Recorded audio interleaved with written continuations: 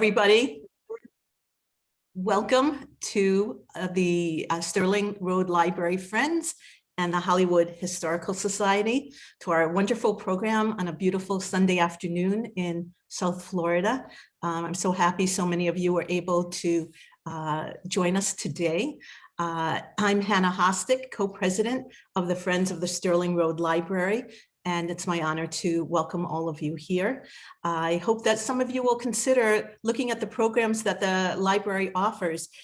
Next week on, well, it's 2 weeks, on June 24th, the library is holding its first in-person outdoor book fair, our first way of trying to get back to the reality of post-COVID.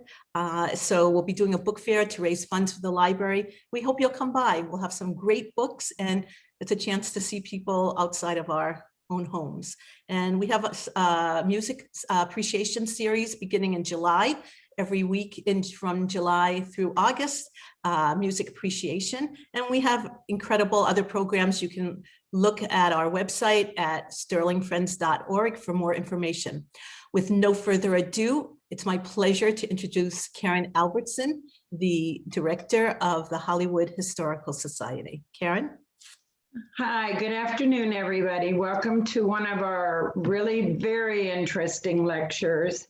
Mary Beth Busutil is our lecturer today, and she grew up in Hollywood and has lived here most of her life. She attended local schools and earned her degree in public administration with an emphasis on growth management planning.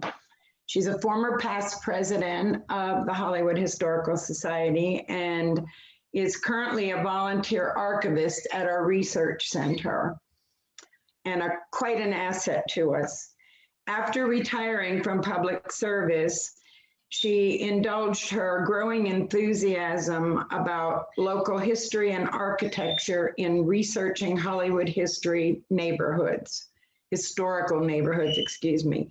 Today, she will tell us about architecture and tropical modern designs of a very famous architect, Bayard Lukens. Please hold your questions until after she's finished. And we are also recording this, and it will go on both our video, our YouTube page, and that of Friends of the Library. So if you're ready, Mary Beth, go ahead. Okay, thank you all so much. I'm going to share my screen now, and let's get going. Okay, I really am pleased and excited to be able to share the information that I've learned about Bayard Lukens. He's a fascinating character, and I find his work to be beautiful and quite artistic. And so that's the reason I've called this presentation The Art of Architecture. And so this is our June lecture for the Hollywood Historical Society. As you'll see, this is what I'm calling a visual feast of elegant homes and buildings. So who is Bayard Lukens? Well, he was originally from Pennsylvania. He was born in Philadelphia, and more specifically, Germantown. So I found that kind of interesting. He's a German background, and so he really was from Germantown. He was born in 1891, and he went to what is now Penn State University. It was Penn State College at that point. And he graduated in 1915 with a degree in engineering and architecture. And he moved to Hollywood in 1925 with his wife. So why Hollywood? Why would this person from Pennsylvania come down here to perform his trade? And these are just speculations that I have, but I think they might be on the mark. I think it was a land of opportunity. Hollywood was a real place, a real city. It was designed and built by Joseph W. Young, who's the founder of the city of Hollywood. And he had a city plan.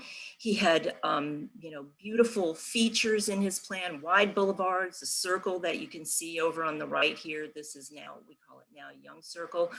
Hotels, he made sure that he located in a place where there was good transportation.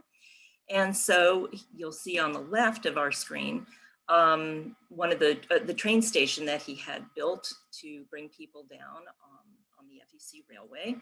And we had the Dixie Highway that was bringing people. There were also beaches, gorgeous beaches, and he was one of the developers who decided to make the beach a big feature.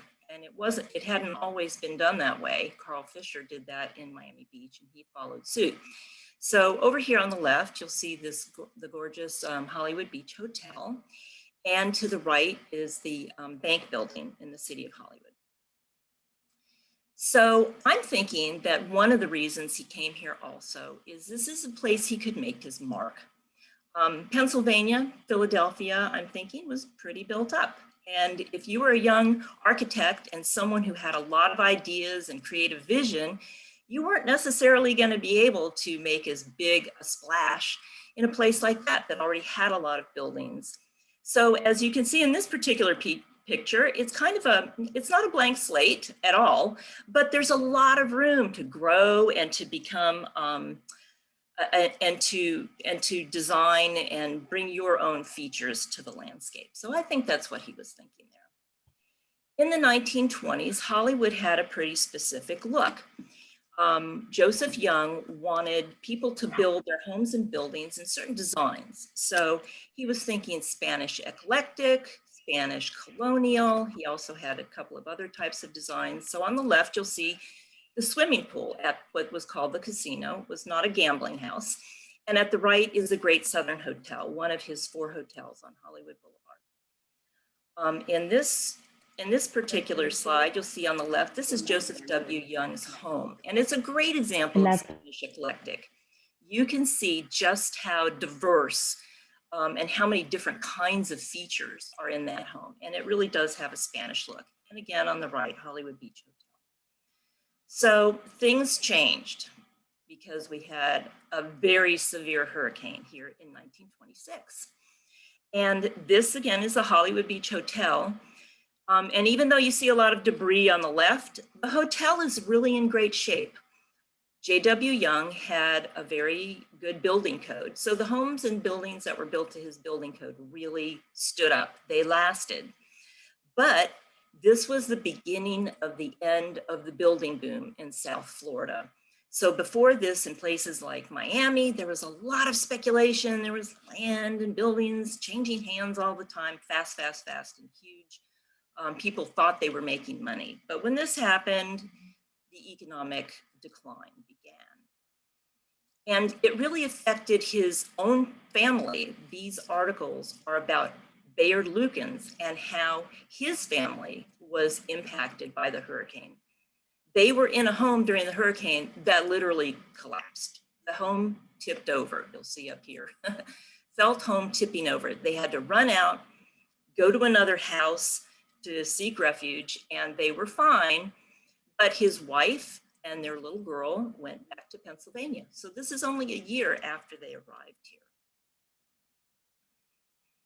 After the hurricane, he built his own home. So this is a very modest little home, but you'll notice there are similarities to some of the Spanish designs that we saw before. The brown or reddish barrel tiled roof over this entry feature, and the kind of stucco on the outside of the home, but it has very horizontal features. So we're starting to see some of the modern or modern lines, even in this home, which was built in 1927. The Hollywood Historical Society put a plaque on this home in 2001, and it's to commemorate that this is a historically significant site because he lived there and he designed it. And he lived there from 1927 until 1945, which were, I'd say, his most active years in architecture. So it was time for a new start. I mean, Florida, so many people had left. The population of Hollywood declined drastically, as it did in many cities in South Florida.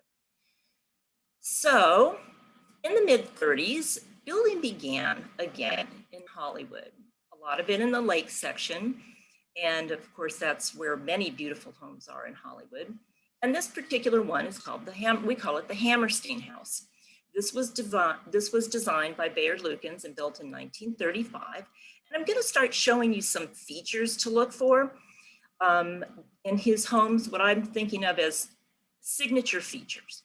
So he likes to have different levels of roof lines, these low, wide archways. If you can see my little cursor, I'm trying to outline these. And the curved planters and curved lines in general in the front. This particular house has these beautiful blue, white, and yellow tiles right in front of the front window. So this is pretty typical of his work from this particular era. This is what the home looks like now, and it is the headquarters of the Hollywood Historical Society. We have a research center around the back in what was a garage building on the property.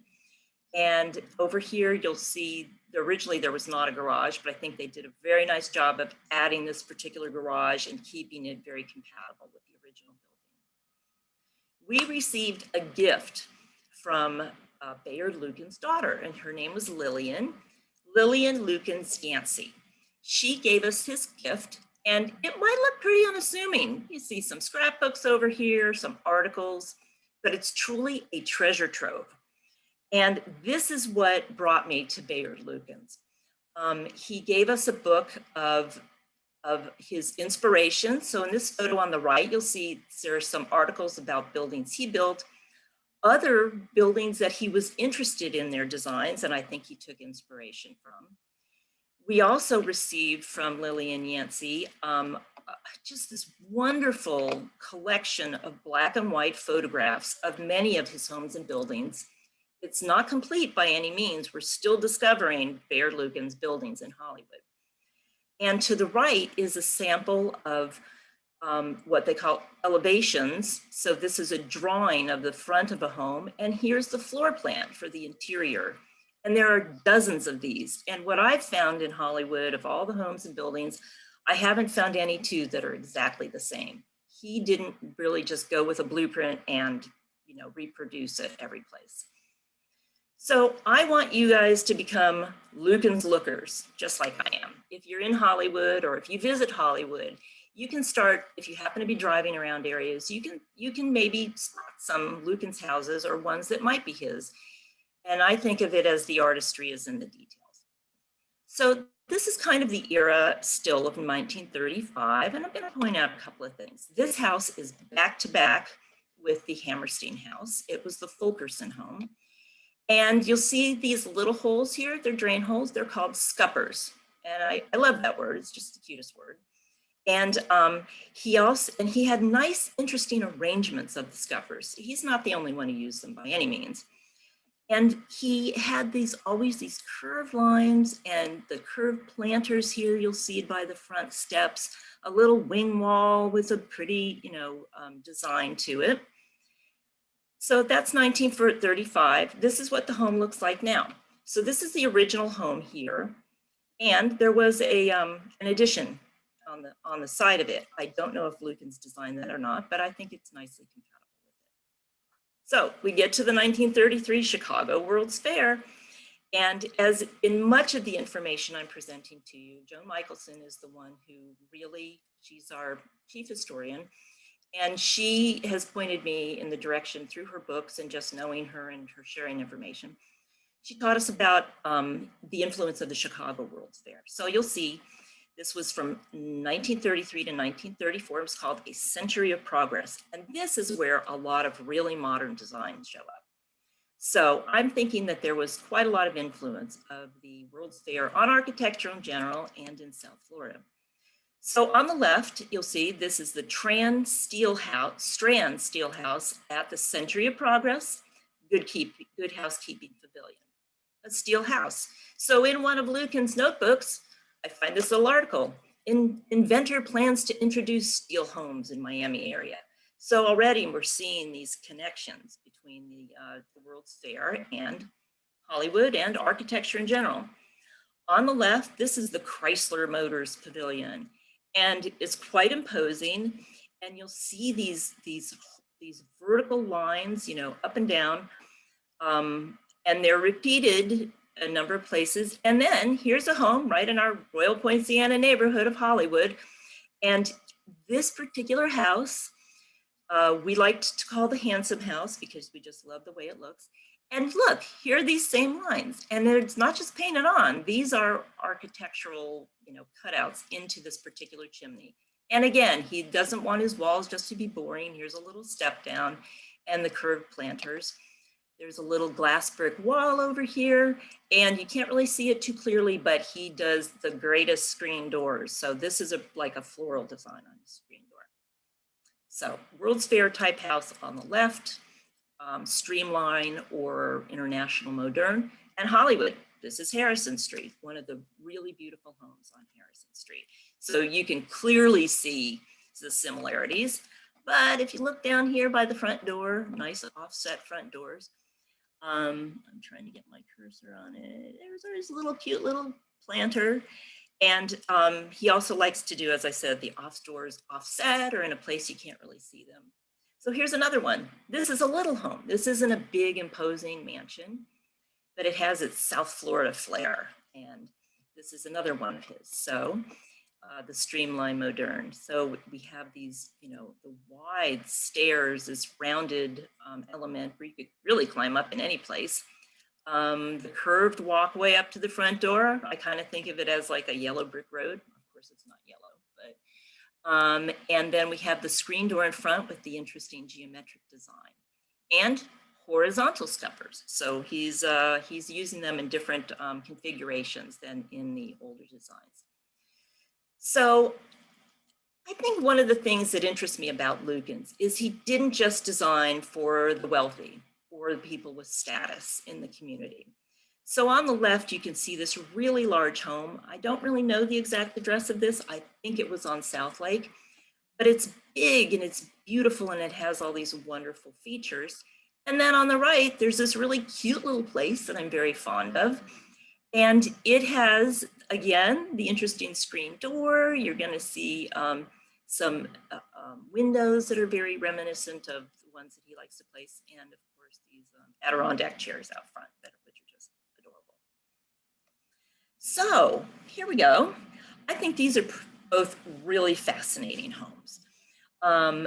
I thought these two were the same when I originally just saw them, but when I compared their photographs, I saw they're similar but different. So the one on the left, which is on Adams Street, has these vertical, very prominent vertical lines with the horizontal steppers. And vertical tends to be a little bit more on the Art Deco side, but you can see this is really a modern home, and this one clearly is too. I love this place. It has some pretty striking colors, and he uses his vertical structural lines over here next to the door, and a beautiful porthole window. How about that? You can't really see it too well in this photograph, but these are gray and white tile steps. And the roof line again is stepping down, and then over here is a really pretty like tropical motif. Back to the bigger homes. This one's on Hollywood Boulevard. And this one we're going to show you a little virtual tour of. It's still there, just changed hands. This is what it looked like up until about a week ago. It was recently painted white, I noticed when I drove by yesterday. And we're going to show you the interior in the virtual tour, which is a video. But I just want to kind of point out the glass wall over here on the outside, and we'll see it on the inside too. Just gorgeous. He uses our natural oolite oolitic limestone and the steps going up to the front door. So here we go on our video, and if it starts with the sound, I'm going to turn it down because we found that not to be working well. So here goes, and I'm going to whoops, hold on a moment. 1942 original.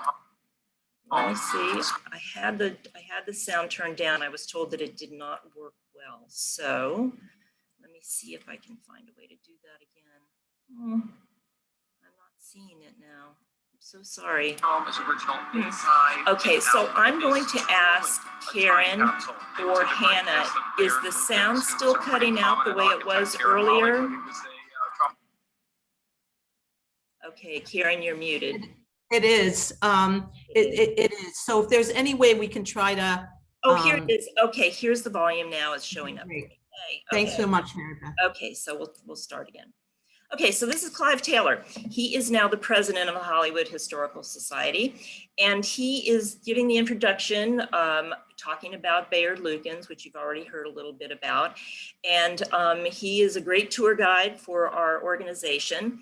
So here's the front of the home. And of course, you're gonna see here those elegant low arch that he likes to use in repeating patterns throughout his designs.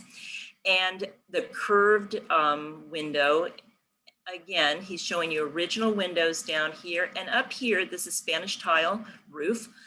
Seems common, but these were handmade, and these are original tiles from 1942. They were made on the thighs and knees of the workers who molded them there, lifted them off, put them on the side to dry. So everyone is different. They are each unique.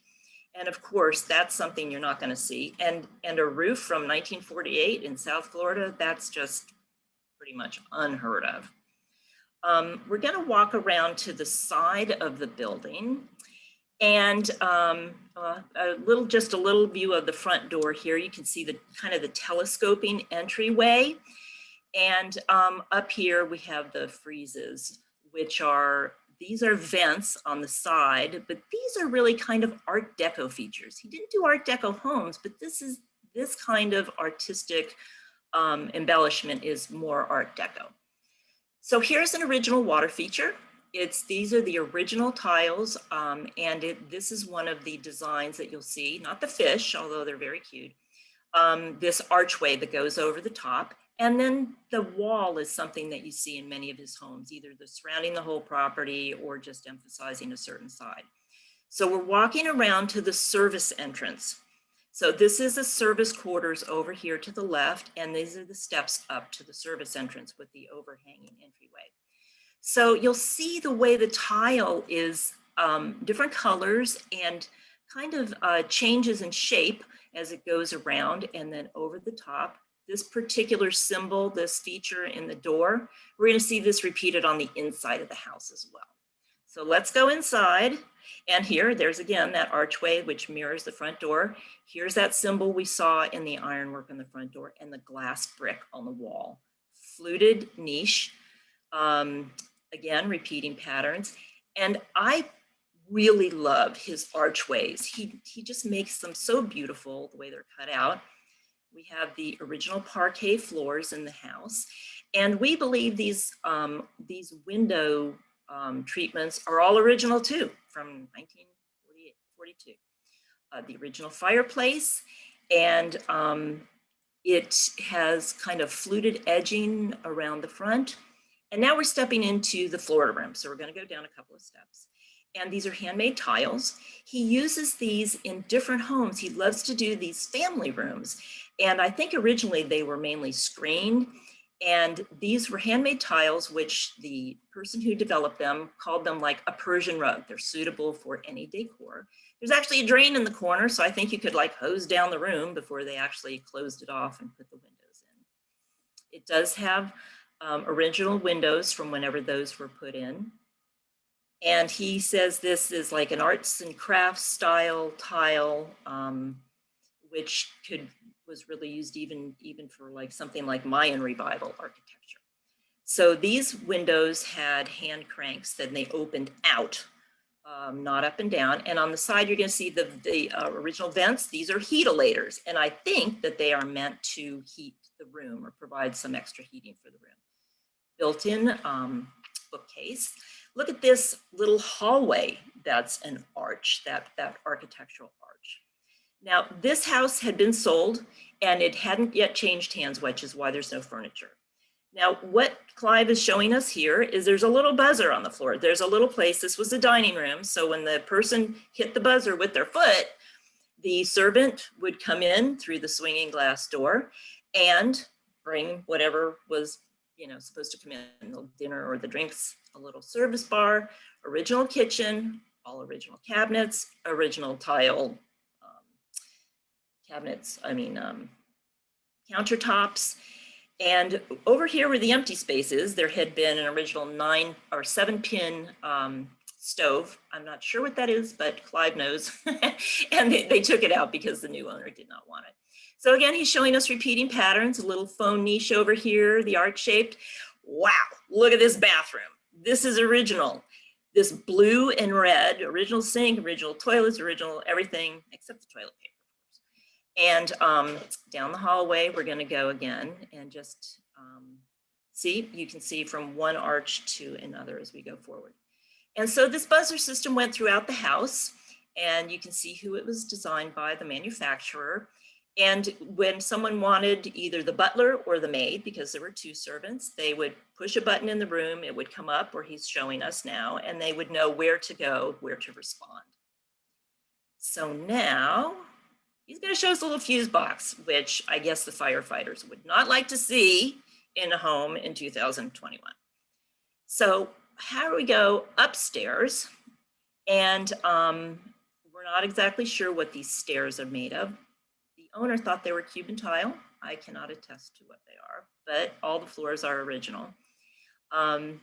And the molding, these are all plaster moldings all the way around, even the curve here right at the top of the stairs, just beautiful. And you can see that glass brick wall down to the right.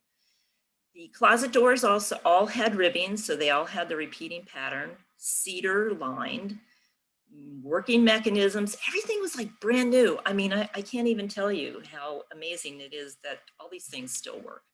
Master bedroom. And so here in this particular bathroom, you're going to see lighting fixtures that are original, still work. And all the color patterns are as they were when that house was built. Again, the archway, even over the bathtub and the shower, and the shower enclosure, that's original. It was manufactured in Brooklyn, as you'll see there. Tiles again, up and over, all the way around the doors. And these tiles apparently are very, very large and very rare. You don't usually see them that particular size then or now. And so that was a heater, a little bathroom heater that he just pointed out. So this room that's directly off the master bedroom, whoops, is what we think what might have been a nursery. And of course, it had the buzzer so that the servant could come in and take care of the child without coming through the master bedroom. It was a separate door.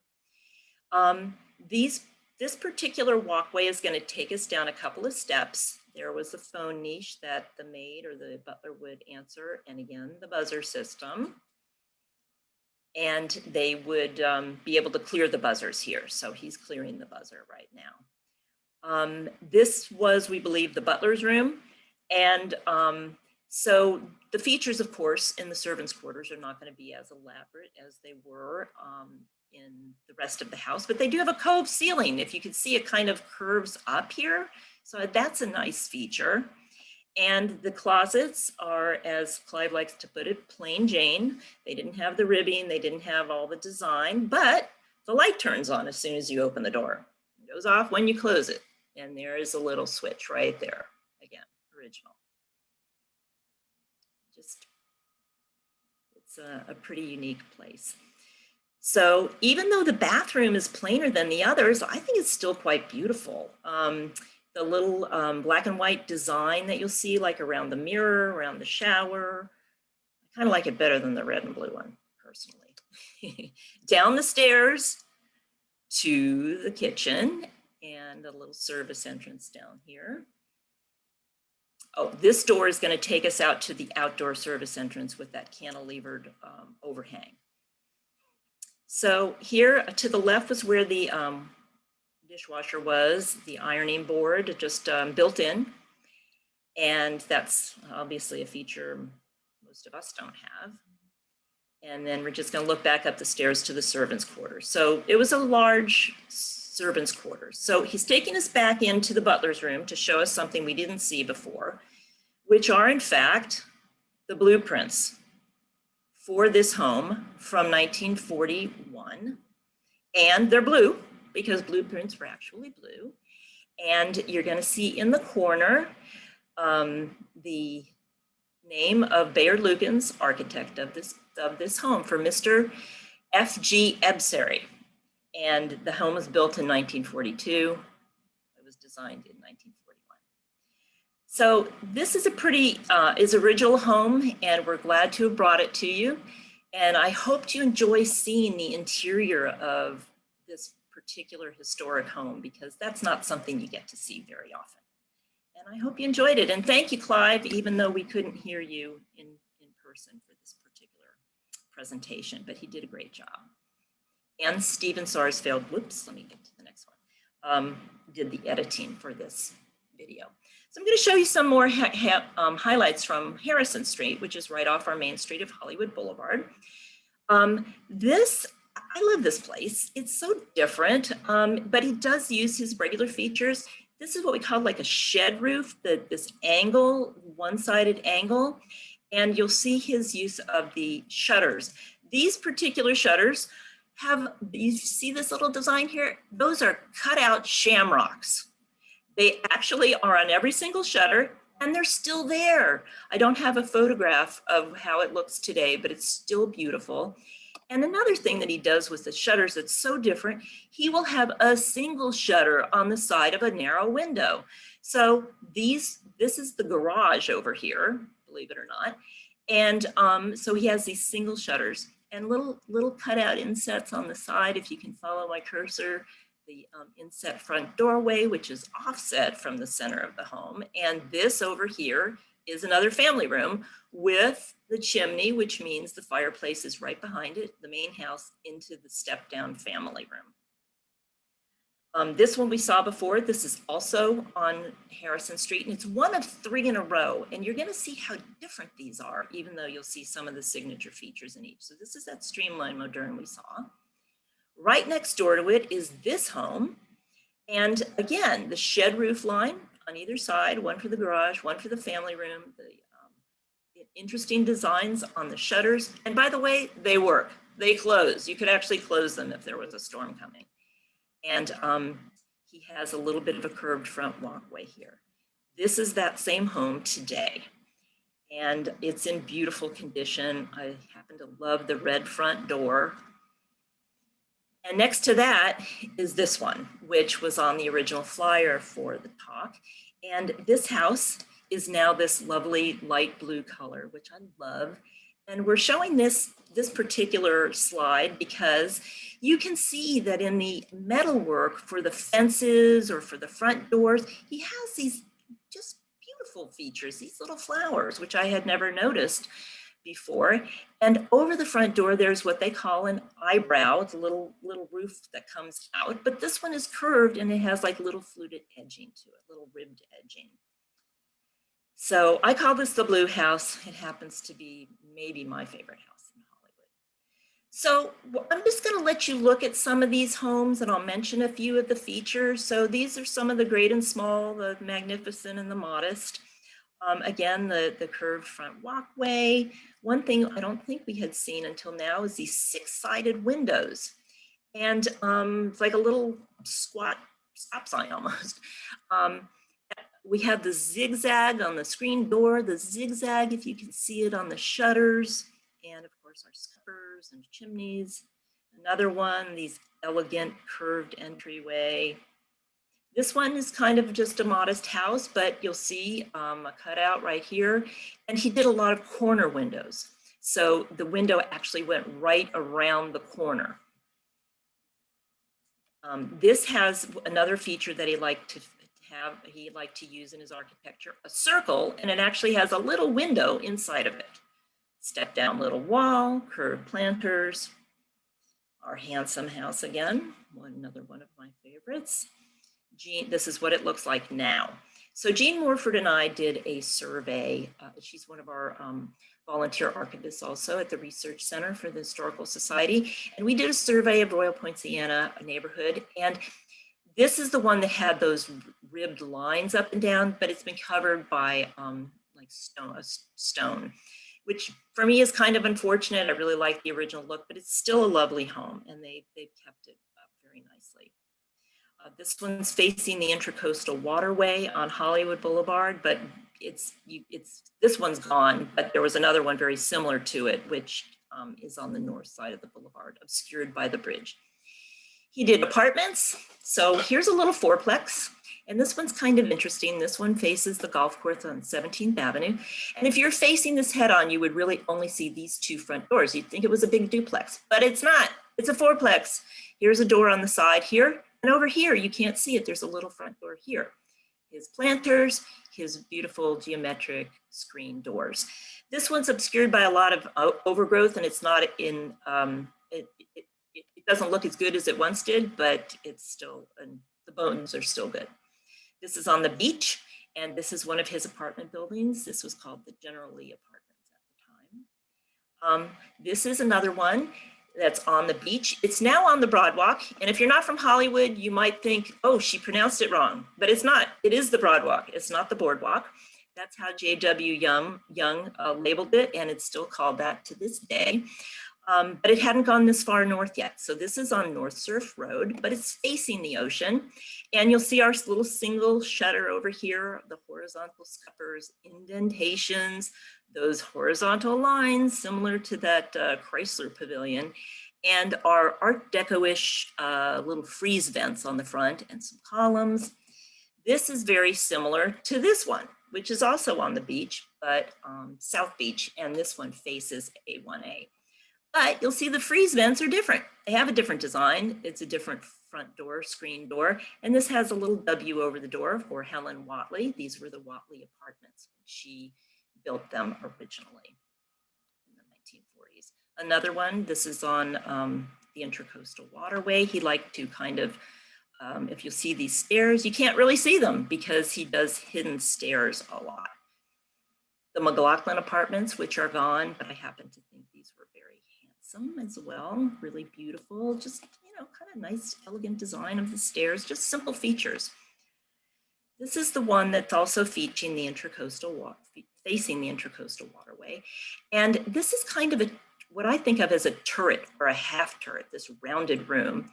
And the pattern that the barrel tile makes coming down from a center point looks like a seashell, kind of like Shell Oil Company seashell.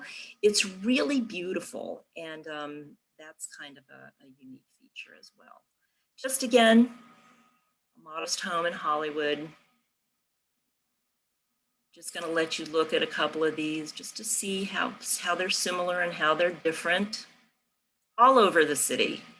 So you're going to find Lukens designs from Hollywood Beach all the way out to Hollywood Hills, which is the whole extent of the city at the time that he was alive.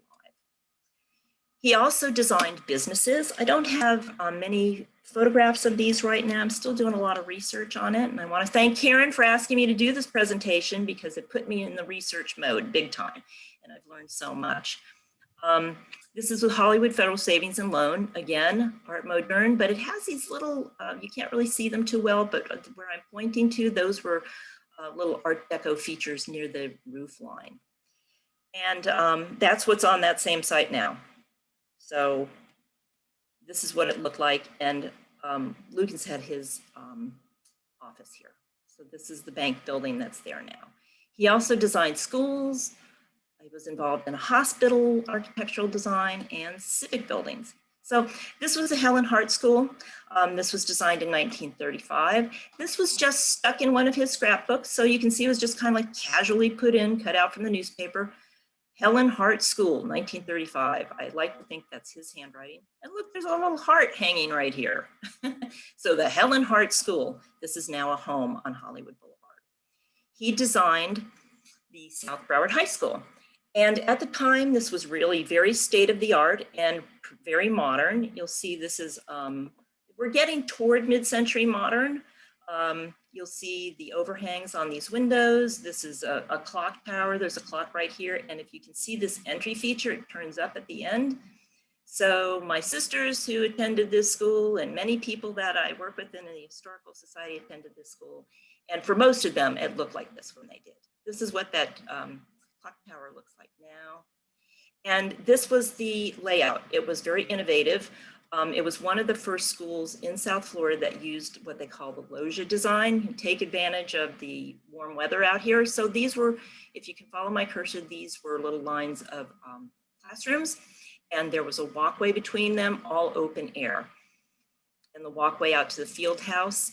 This is what I just showed you, and this is the big auditorium, and it's still there. So I would like for my Historical Society friends and I to get out there and document this before they knock it down at some point, which they probably will.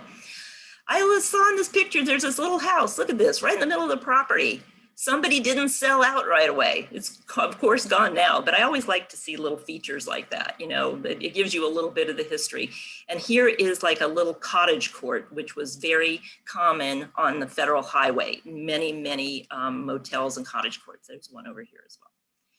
He also designed for Riverside Military Academy. The main academy was originally one of J.W. Young's hotels, and it was the Hollywood Hills Inn, but the Riverside Military Academy had their winter home here, and Bayard Lukens was given the contract to design for this gymnasium over here where I'm pointing, and on the outside of the circle over here for classrooms.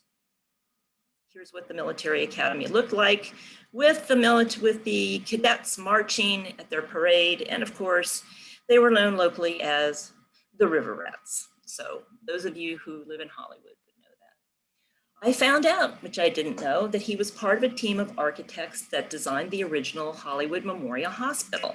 And this was in 1953. So we're starting to see mid-century modern design. It still has that horizontal look, but you'll see like this particular entry feature. Here's a photo from the newspaper, kind of angles up, and it has these somewhat monumental columns which are cut out.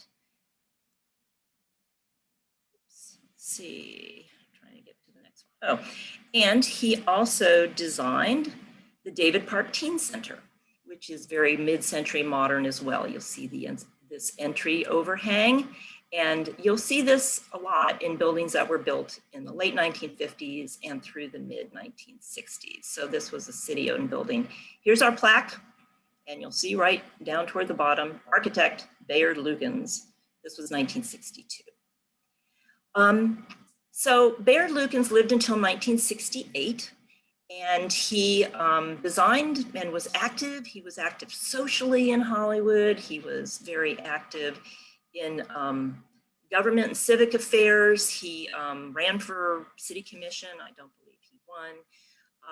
He was involved in clubs, the Kiwanis, and many other clubs, and he did championship bridge playing with his wife and many people. It was an active scene back then.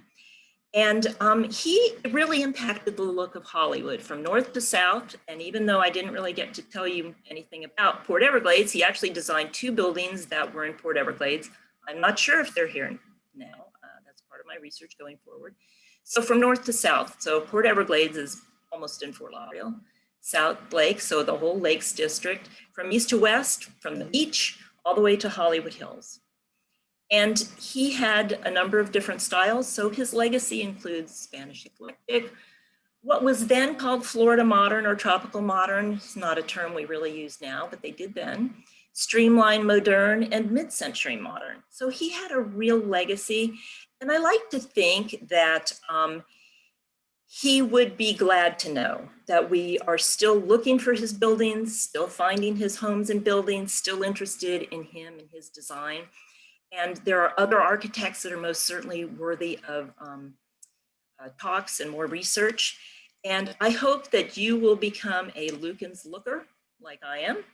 And you can look for different features, as I've mentioned, like the curved planters and walkways, the unique screen door designs, those interesting little holes, the scuppers, the varying roof lines, offset doorways, the 6-sided windows, corner windows, and much more. So I hope that as a takeaway, if you live around here or if you visit here, that you might keep an eye out for Lukens properties. And I really want to thank the Hollywood Historical Society, as well as the Friends of Stirling Road Library, and everybody who helped me with this. I really appreciate it, and you made this possible. So I want to thank all of you for attending. I hope you enjoyed it, and if there are questions, I'd be happy to answer them or maybe farm them out to someone else who might know an answer. Mary Beth, I really want to thank you.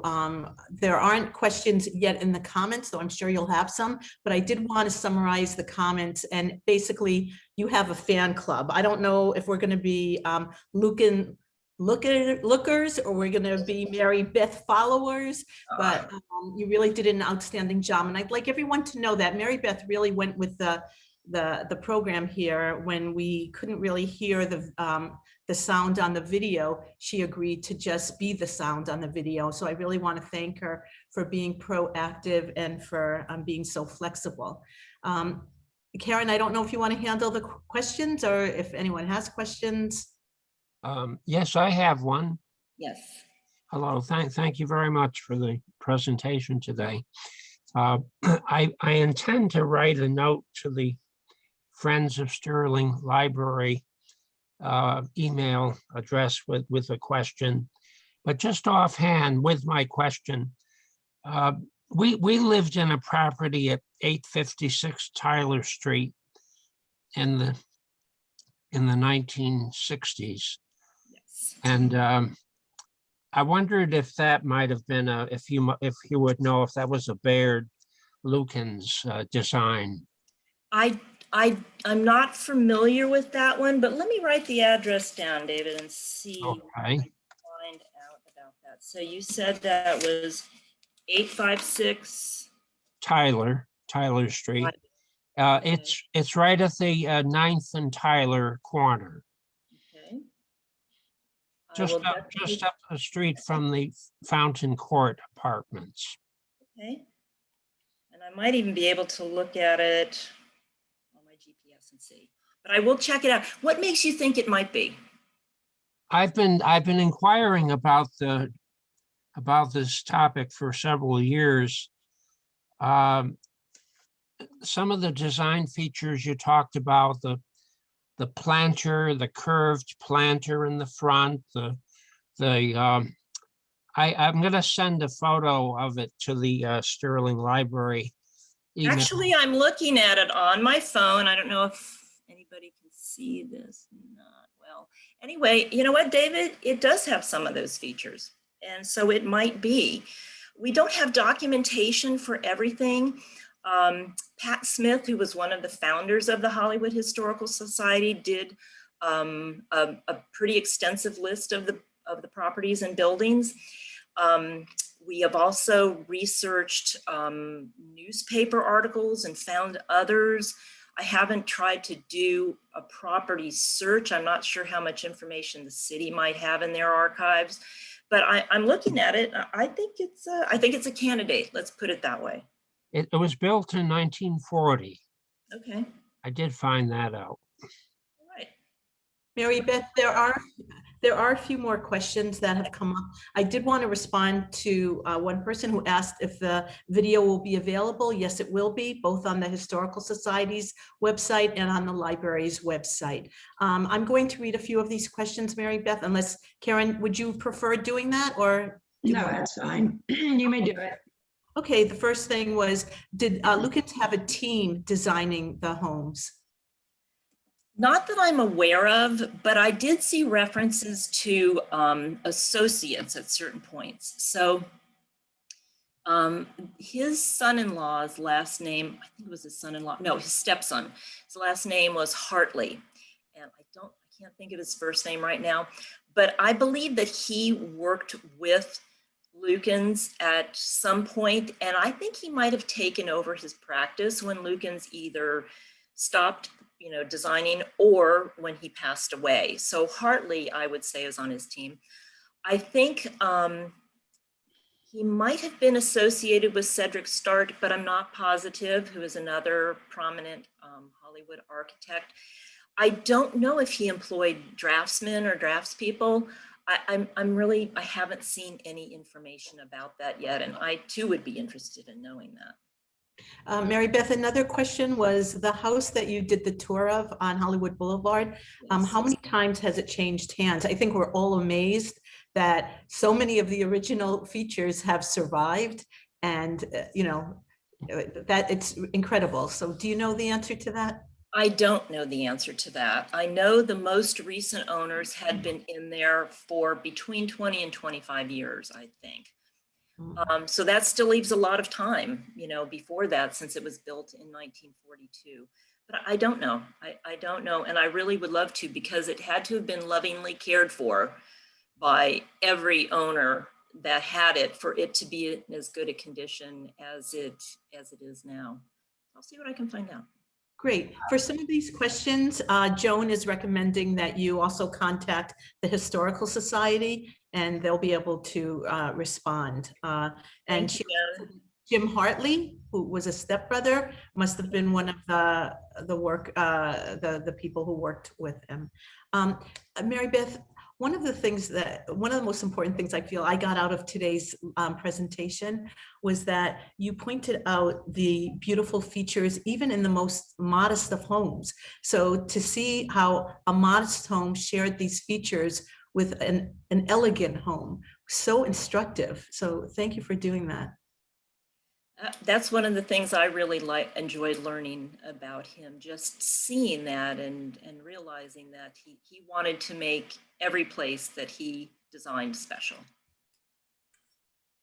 Okay, now someone else had a question. Are new home owners restricted in the changes they want to make to these homes? Well, the homes that are in the lakes, the Hollywood Lakes district, there's an overlay historic district, and there are restrictions or a process that they have to go through in order to make changes to the exteriors of the buildings. They normally have to go through a review by the Historic Preservation Board, which is a board of the City of Hollywood. It's not related to the Historical Society. Interiors, no. Some cities and different places do designate interiors as historic, and they have to go through a certain process. We don't have that in Hollywood, at least not at this point. And do you know if, this is another question that was asked, did other local architects pick up and use his features? Can we be sure if we see these features that it's a Lukens, or, did other people copy his design? You cannot necessarily be sure, and just know that there are features that he uses that are not probably his exact, from scratch creations, because as in any architectural style over the years, someone came up with them originally, but then they're taken and used by other architects and builders. And so you cannot be sure just by looking at it, but you can put it out there as a candidate, I would say, a possibility, a possible Lukens. And that's why I don't really want to tell somebody that a building's is a Lukens just by looking at it and comparing the features. But I do find that he uses the different features in unique and artistic ways that I don't know if others are using them in the same combinations. So he has his own palette, just as every artist has their own palette. And but the way they put pen to paper, paint to canvas, features to buildings are different and unique. So no, you can't know, but that's why I always try to corroborate, because I want to make sure. Well, we definitely have a few Luken lookers already. One person is asking, what did scuppers do? They're for drainage off the roof. I'm not sure if all scuppers were functional or if some of them were just decorative, but they're really just for drainage. Okay, are there any other questions you can ask directly? You don't have to type it in. I think David Drum asked about one of our former members, Jackie. She is no longer with us. She's still in Hollywood, but she's not affiliated with us anymore. Jackie Arnold, David. Mary Beth, there are many comments about how beautiful these homes are and how appreciative everyone is that you shared the details of these homes with us. So we really want to thank you. It was an outstanding presentation today. Thank you. It was a pleasure to do this. It was a pleasure to research it, and I'm going to keep going with it. And And I really did just want to share because there's so much beauty out there and so many hidden gems in Hollywood, not just by Bayard Lukens, but so very many in literally every neighborhood. So. Okay, well, that certainly came across, and thank you very much. When is the next program, Karen? The next program is July 18th, and thank you, Mary Beth. That was absolutely fantastic, especially South Broward. Go Bulldogs. The next lecture is a historic tour of the Broad Walk on Hollywood Beach. Our ex-president, Steve Sarsfield, and our videographer is going to do that, and you'll learn all about the historic buildings on Hollywood Beach on the Broad Walk. That will be July 18th. Thank you so much for attending. We had a great attendance, and I hope everyone got a lot out of this, and will join us next month. Thank you. Thank you very much. Everybody.